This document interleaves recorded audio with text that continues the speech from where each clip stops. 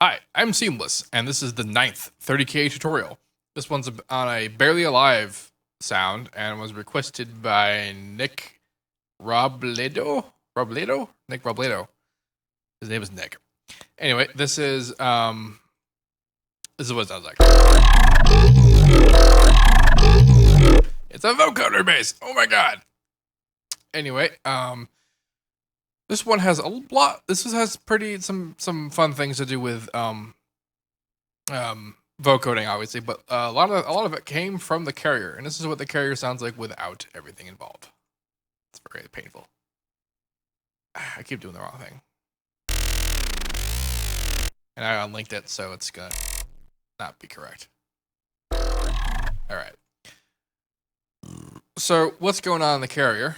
There's some ring modulation and normal synthesis, normal FM, and a whole lot of different oscillators happening at once.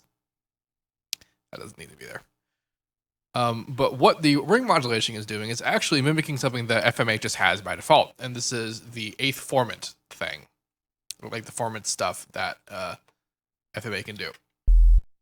So right here I have default 25. Now what I'm going to do is I'm going to take operator 1, I'm going to bring it back to 2.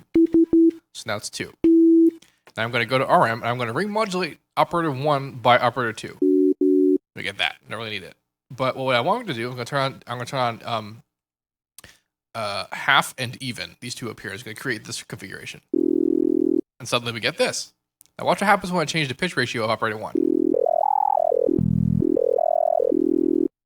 The sort of format of it still, it still feels like the same note, but it's the note that's still changing. What's up with that? It's because the ring modulation at the fundamental tone is at such a frequency that it makes you feel like that's the main sound. So that's pretty much what the 8th format is in FMA, but we make it sharper because you want it to be sharper. And the way that we do this is we turn this from a sine wave into a saw wave. We get this. And you can have, very varying degrees of sharpness. And then in the oscillator, this is where I change the phase.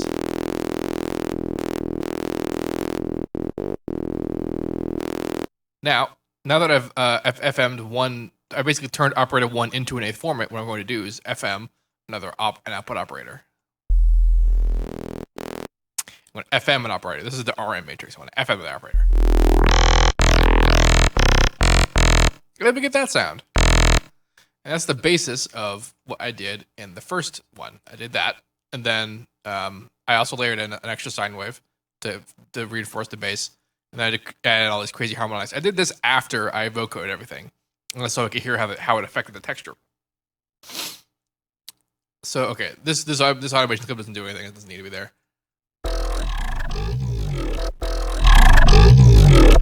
So now the vocoder.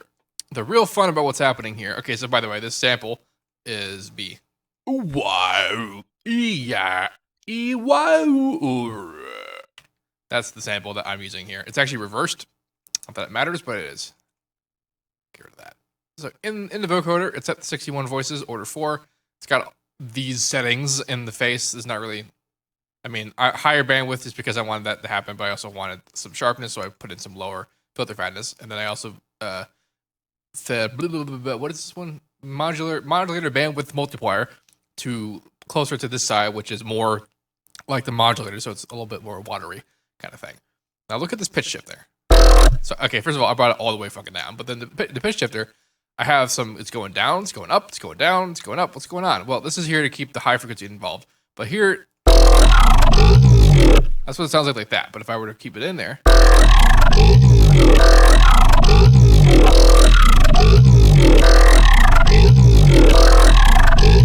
It kind of accents that like super vocody growl evilness of it. If you switch out the pitches like this.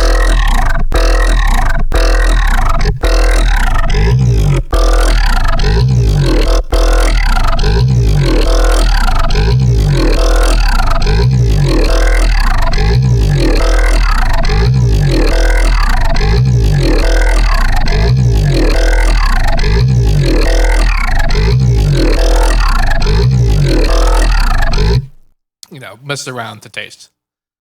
And then in the bandwidth window, I have a higher bandwidth in the lower section and kind of screwing around with the bandwidth elsewhere.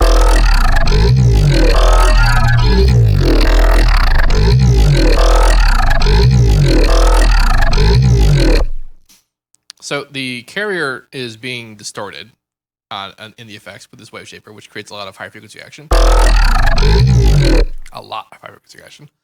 And then I'm compressing the hell out of the vocal sample to ensure that there is a frequency presence at every level.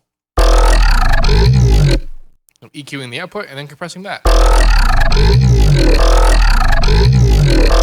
And then I'm using saw saturation to cap it.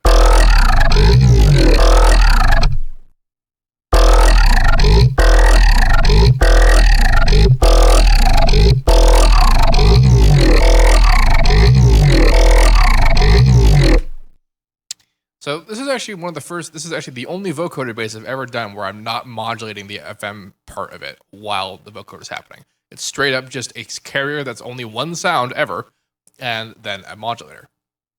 And important to notice is that like the sort of the really low notes are what causes that.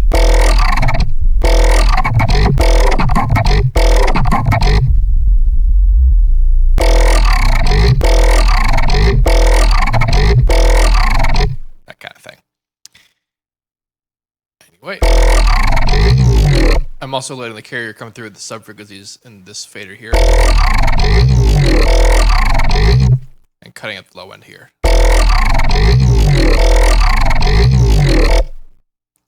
This is a pretty simple. I mean, it's simple in the sense that it's just a carrier and it's a modulator. What the vocodex does requires some conceptual leaps, like with the pitch shifting to get you that particular extra edge, that kind of thing. But the rest of this is pretty straightforward. And also, like I said, with stuff, all that weirdness I did in such with ring modulation was entirely to accomplish something that FMA already does, and that's to use the 8th formant. So mess around with the 8th formant if you haven't done that already in FMA. You might discover that sounds like a lot of shit you've heard everywhere. Anyway, that's enough of this. If you want to make a sound design request, make it in the thread, the Facebook thread that I have linked in the description of this video. Do not make one anywhere else. I will ignore it completely. This is the 9th one. I'm going to do one more tonight, and then I'll be doing 20 more in the coming days.